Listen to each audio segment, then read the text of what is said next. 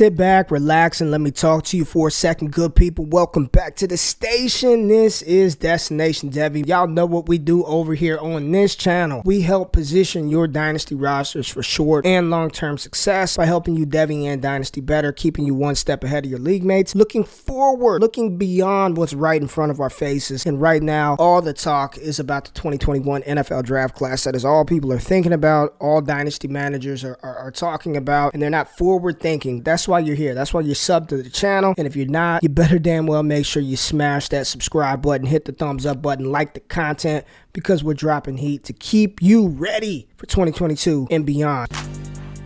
You got barbecue back there, and you didn't invite me. Hurt my feelings.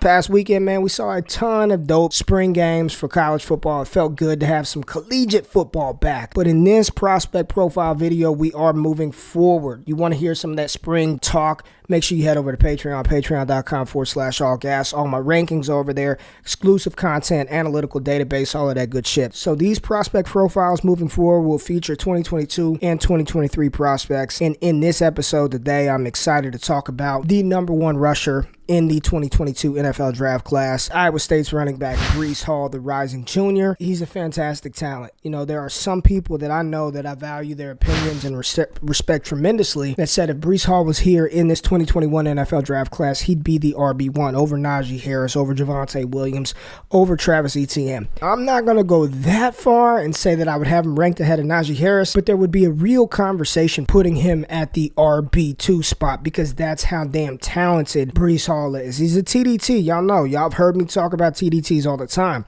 3-down threats. First down, second down, third down. You don't have to pull him off of the field because he can catch the ball out of the backfield. So who is Breece Hall? Breece Hall, four-star kid coming out of Wichita, Kansas in the class of 2019. He was the 22nd overall running back in his recruiting class. Had offers from majority of the Big 12 schools, right? So, you know, Power 5 offers, didn't get a whole bunch of interest from the SEC schools. Had him listed at 6', 215, and that's around where Iowa State has him listed right now at about 6'1", 215 pounds. So right off the bat, we know that even if he's an inch or maybe even 2 inches shorter when he measures in at his pro day or his combine, he's still going to be that height and size that we like, you know, 5'11", 6 foot, 215, possibly a little bit heavier when the combine rolls around. So he already has the build of a 3-down threat, of a true bell cow running back. Comes in as a true freshman and he produces right off the bat, which is good to see. You know, we want to see these running backs produce early, and if they don't produce early, they better have a damn good excuse as to why they couldn't make it happen. But at Iowa State, he didn't have a ton of competition, and he had 186 carries for 897 yards, 9 touchdowns, and what was even more impressive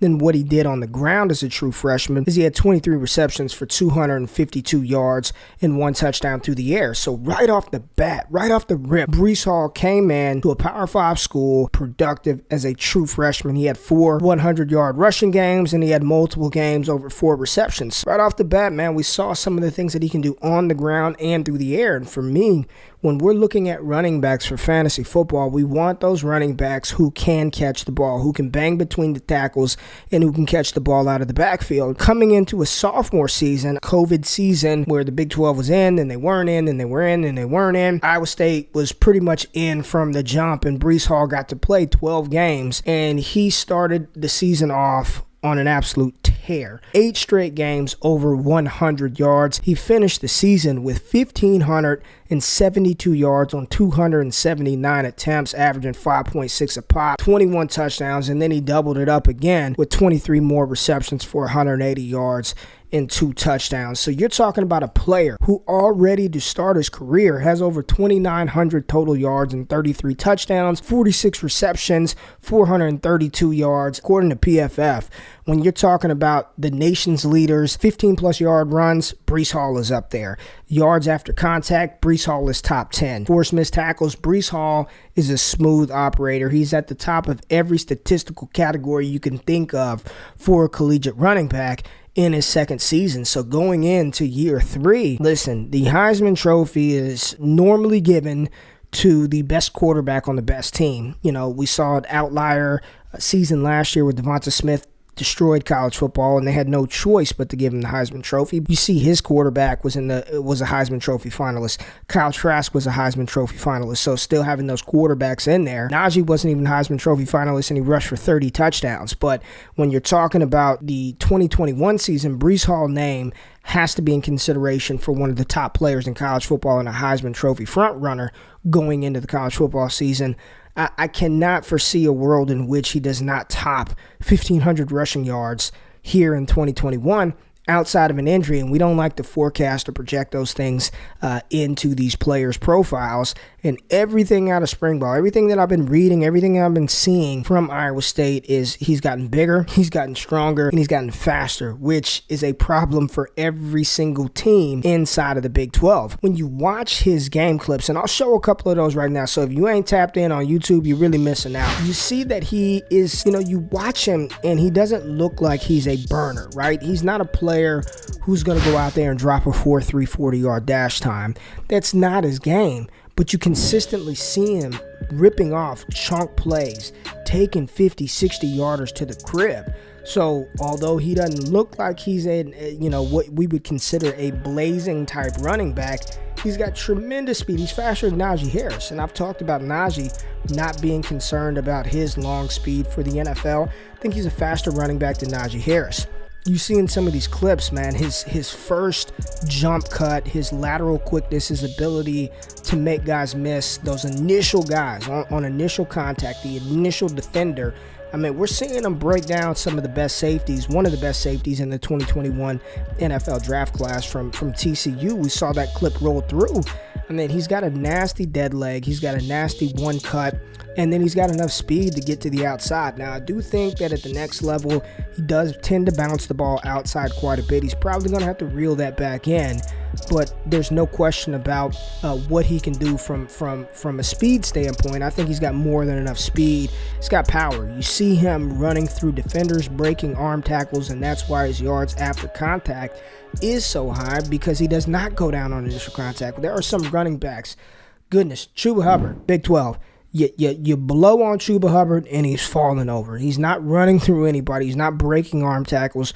Breece Hall consistently does that. He's got a nice stiff arm to his game. And if I had to just surmise his type, his running style, what he looks like, he's just smooth. He's so damn smooth. Like every move he makes, he's deliberate. He's patient in the hole. He's patient when he gets to the outside. He knows when to accelerate, but most importantly, and I don't think enough people talk about, he knows when to decelerate, when to slow it down, when to break it down, let his blockers set up lanes for him in front of him. He's a tremendous, tremendous running back with outstanding vision, great patience, more than enough speed. He's got solid power. I mean, all the way around, Breece Hall is just an excellent, excellent running back. And we see right now his ADP in Devy startups, he's still coming off of the board at worst RB2, RB3. You got some people who want to jump in and get some of those young 2023 assets, Tank Bigsby, Bijan Robinson, maybe a Jahmyr Gibbs. But if it's me and I'm on the clock and I've got my choice between any one of those running backs, I'm taking Breece Hall. In the 2022 class, there's a lot to kind of figure out with those running backs. You do have talented rushers such as Isaiah Spiller, who I don't think's far behind Breece Hall at all. Eric Gray out of Oklahoma, the transfer from Tennessee, who's also going to make a case to be one of the top running backs in the 2022 class. Kyron Williams out of Notre Dame, the best pass blocking running back in this class, and he's a talented rusher in his own right. Then you got Kevin Harris, right, out of South Carolina. Not enough people are talking about Kevin Harris. And then you've also got some dark horse sleeper type candidates. We can't forget about some of the seniors, CJ Verdell, Max Borghi, Zamir White is still there, Zonovan Knight out of North Carolina State, and my never quit guy, Keontae Ingram, who transferred out of Texas and is now at USC, all vying for top 10 running back potential in the 2022 class. So when we're looking at these running backs, and we'll continue to talk about them, this is just an early preview of who the top players are in 2022, because I know a lot of y'all are focused on 2021. So we will revisit Breece Hall after this season. This is not going to be the only time we talk about Breece Hall and these 2022 prospects, but it says as we enter the NFL draft season, it's important to take note of who may potentially be in these classes to help us out. That way, when you're on the clock and you're deciding between Dwayne Eskridge and a 2022 first-round pick, if it were me, give me the first. I want a shot at one of these running backs. I want a shot at some of these talented wide receivers out of the 2022 class. The name of this game, the reason why y'all are tapped in here is because you want to win fantasy titles, you want to stay one step ahead of the game, and you want to position your dynasty team for not only long-term success, but you want to win right now. Breece Hall is an asset. These 2022 first-round picks are assets that will help you position your dynasty team for that desired outcome. Breece Hall, dope player. We'll tap back in and we'll touch base with Breece Hall throughout this 2021 season, but this is an early preview of what's to come in 2022. Hope you enjoyed the breakdown. If you did, make sure you smash that subscribe button. Check out the podcast Destination Devy. Stay tapped into the station. We got a lot of good stuff coming. The trade show's dropping this week. Show y'all some shit that's been popping over there at the Patreon. The Black Box Show is dropping on Tuesday. We're talking life, we're talking sports, we're talking all of that other stuff outside of fantasy. Elite Seekers dropping on the podcast, man. So stay locked in. We appreciate y'all checking us out. We out of this thing. Peace.